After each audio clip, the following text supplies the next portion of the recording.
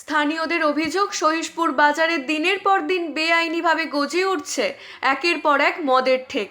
গজিয়ে উঠছে বেশ কয়েকটি দোকান। সকাল থেকে রাত পর্যন্ত ওই বাজারে বেআইনিভাবে গজিয়ে ওঠা মদের ঠেক ও দোকানে দেদার বিকোচ্ছে নিষিদ্ধ নেশার সামগ্রী, দেশি মদ। আর তা পান করছে বাজারের আশেপাশের অঞ্চলের দরিদ্র নিম্ন শ্রেণীর পরিবারের পুরুষেরা। এই দেশি মদের দাম কম, নেশা বেশি। ফলে সাময়িক উপার্জনকারী মধ্যবিত্ত ঘরের পুরুষেরাই এই মদ বেশি পান করছে।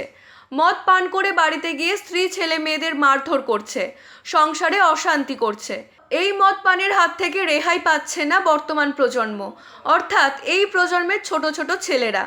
বেআইনি এই মদের ঠেক ও দোকানদাররা কোনো বয়সের পার্থক্য না দেখেই ছোট বড় সকলের হাতে অল্প পয়সার বিনিময়ে তুলে দিচ্ছে এই মদ।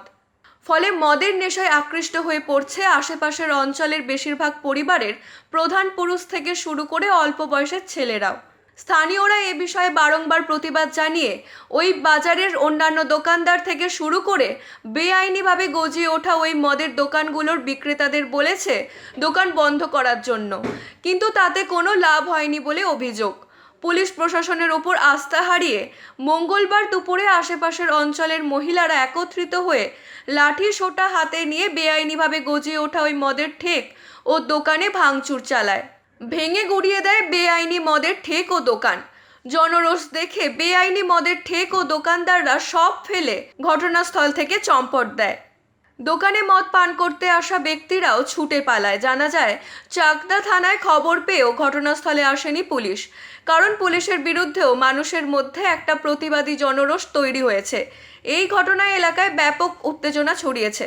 স্থানীয় মহিলাদের দাবি, অবিলম্বে পুলিশ প্রশাসন যদি এর বিরুদ্ধে ব্যবস্থা না নেয় তাহলে খুব শীঘ্রই তারা চাকদা থানা ঘেরাও করবে এই বেআইনি মদ বন্ধ করার প্রতিবাদে। নদিয়া থেকে সুরজিৎ দাসের রিপোর্ট, U Bangla TV. U Bangla TV, হৃদয় ছুঁয়ে যায়।